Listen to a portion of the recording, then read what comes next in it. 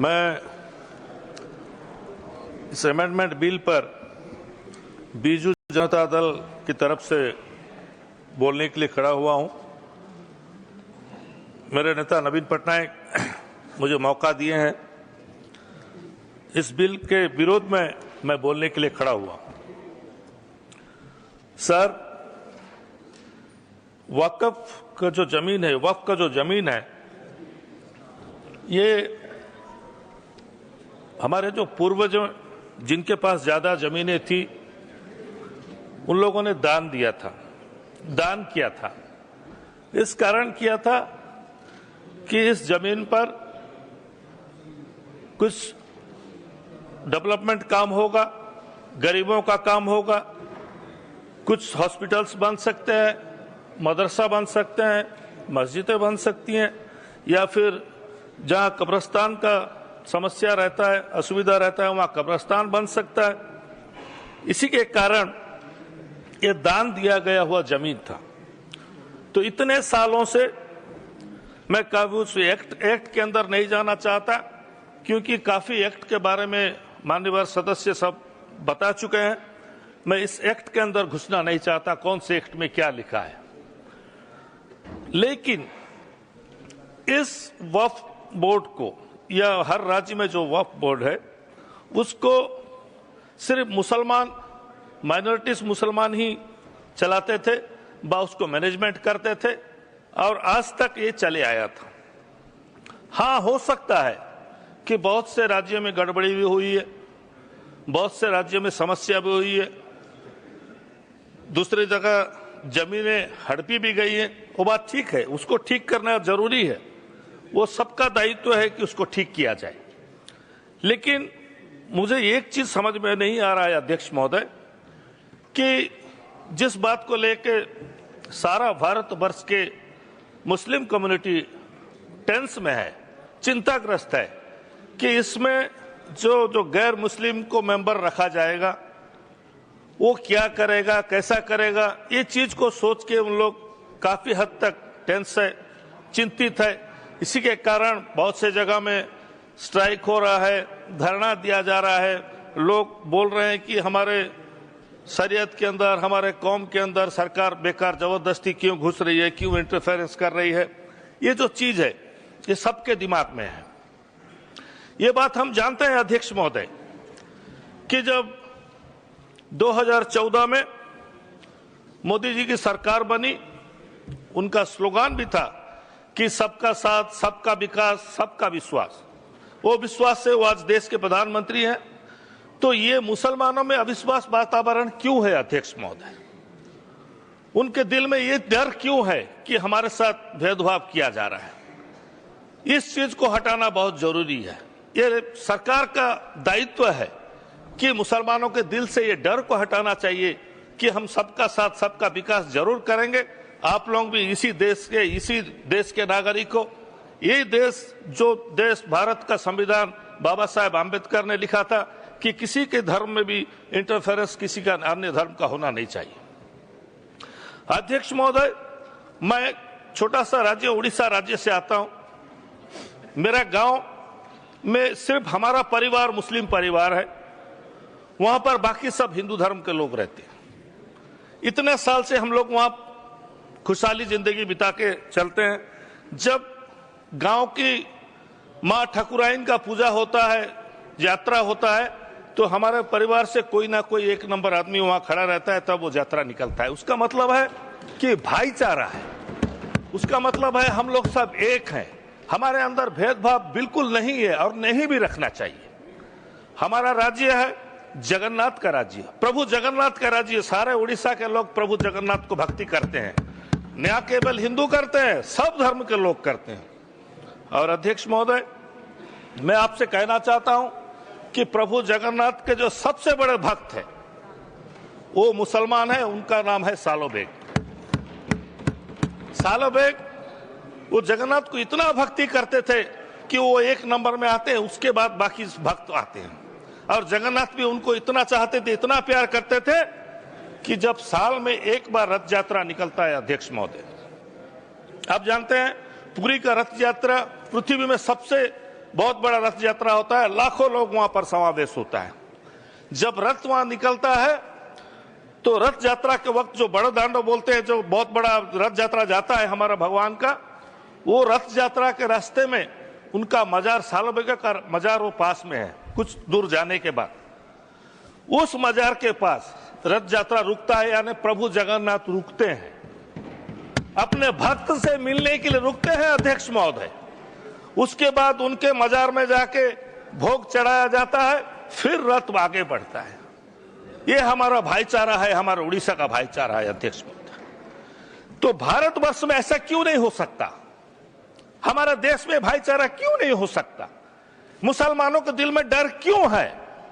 आप लोग इस डर को हटाने का काम क्यों नहीं करते? माननीय मंत्री, हमारे माइनॉरिटीज के मंत्री यहां बैठे हैं, मैं उनसे भी कहना चाहूंगा कि जो डर मुसलमानों के दिल में है, इसको हटाना चाहिए।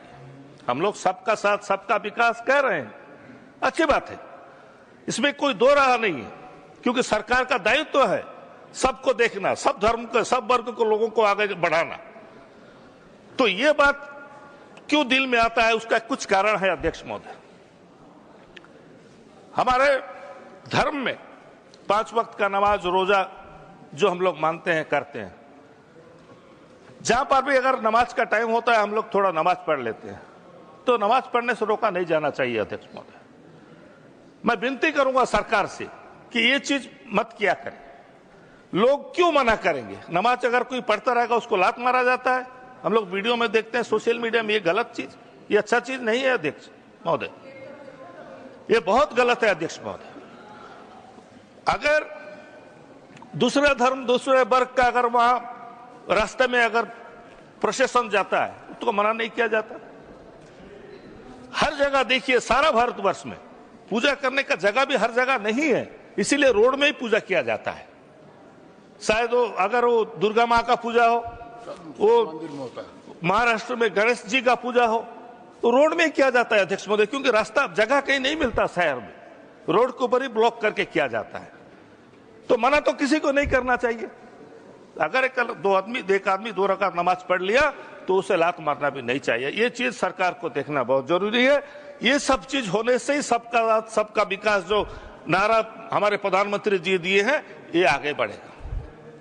माणिकागढ़ करके एक जगह है अध्यक्ष महोदय, खोर्धा जिला में माणिकागढ़ करके एक जगह है जहां पर रथ यात्रा, वहां भी रथ यात्रा होता है। तो रथ यात्रा के समय छेरा पोहरा करते हैं। छेरा पोहरा का अर्थात झाड़ू मारा जाता है, वहां पर सफाई किया जाता है पूरी में। वहां के जो राजा है गजपति महाराज, वो छेरा पोहरा करके साफ करते हैं। लेकिन माणिकागढ़ में एक मुसलमान छेरा पोहरा करता है, उसके बाद रथ यात्रा शुरू होता है अध्यक्ष महोदय। आज जो बात हमारे माननीय मंत्री जी ने कहा कि बहुत से हमारे ईसाई धर्म के गुरुओं लिख के दिए हैं कि हम वक्फ बोर्ड को समर्थन करते हैं। उन्होंने कहा कि केरला में एक ऐसा इशू हुआ था, कुछ जगह में कुछ लोग बस गए हैं, जो जगह की वक्फ बोर्ड का है वो प्रॉब्लम है, उसको सॉल्व करने के लिए उन लोग सब लिख के दिए हैं कि हम लोग ये वक्फ बिल को समर्थन करते हैं। मैं मना नहीं कर रहा हूं, अगर कोई धर्म के लोग अगर लिख के दिए समर्थन कर रहे हैं, उसमें कोई दो राह नहीं है।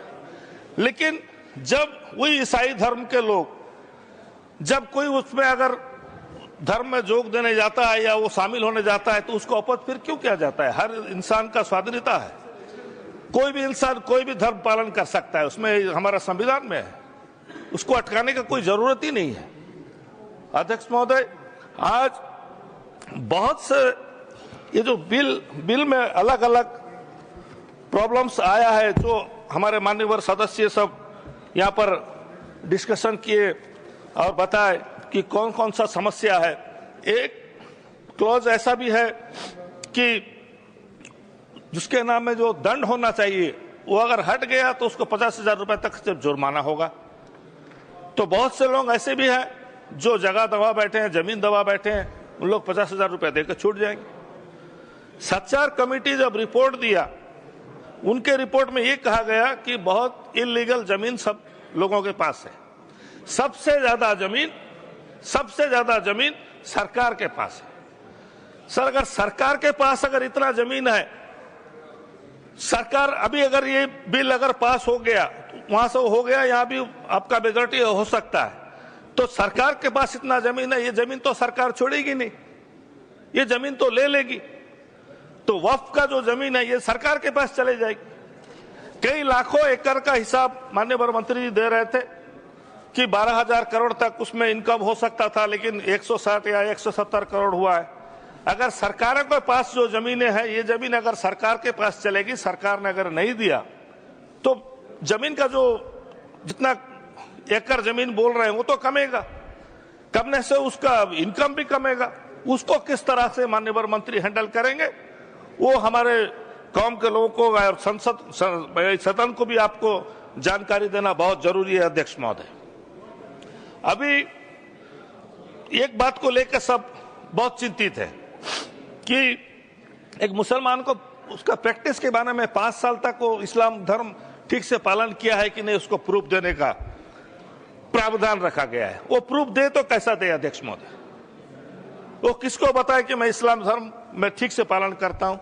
वो टोपी पहना या दाढ़ी रखेगा या क्या उसका क्राइटेरिया होगा?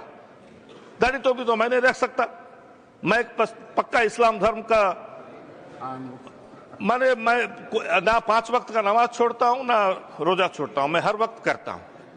लेकिन इस चीज को जो कि 5 इयर्स का दिया गया है प्रैक्टिस मुस्लिम जानने के लिए, ये चीज को भी प्रावधान को हटाना चाहिए, कम से कम इस चीज को हटा देना चाहिए। माननीय मंत्री यहाँ बैठे हैं, मैं उनसे गुजारिश करूंगा कि कम से कम इस चीज को हटा देना चाहिए कि वो अपने आप को कैसा प्रूव करे कि वो इस्लाम धर्म में 5 साल है, 5 साल उसका प्रैक्टिस कर रहा है, इस चीज को हटा देना चाहिए। अध्यक्ष महोदय, मैं उम्मीद करूंगा कि जो बात आज माननीय मंत्री जी बोले कि इस बिल पास होने से, इस बिल के वजह से गरीब मुसलमानों को बहुत मदद होगी। अगर सचमुच ऐसा हुआ तो जरूर इस देश के मुसलमान भी आपको यकीन करेंगे और उम्मीद करेंगे कि आप एक चीज गारंटी आपको देना पड़ेगा या सदन को आपको एश्योरेंस देना पड़ेगा, जो ये बिल पास होने के बाद ये जो जमीनें हैं, ये जमीनें किसी और दूसरे को दिया नहीं जाएगा। ये बिल वक़्फ़ का जमीन वक़्फ़ के अंडर में ही रहेगा, मुसलमान के अंदर में रहेगा।